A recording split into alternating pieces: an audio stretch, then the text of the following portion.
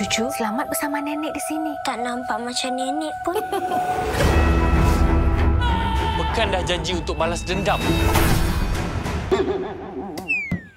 Kena cari pokok besar sikit supaya senang. Perlawanan hari ini adalah untuk memilih pahlawan Diraja. Tok tak suka lawan. Tok suka makan je. Semoga berjaya. Itu demam yang dalam dan melarutan.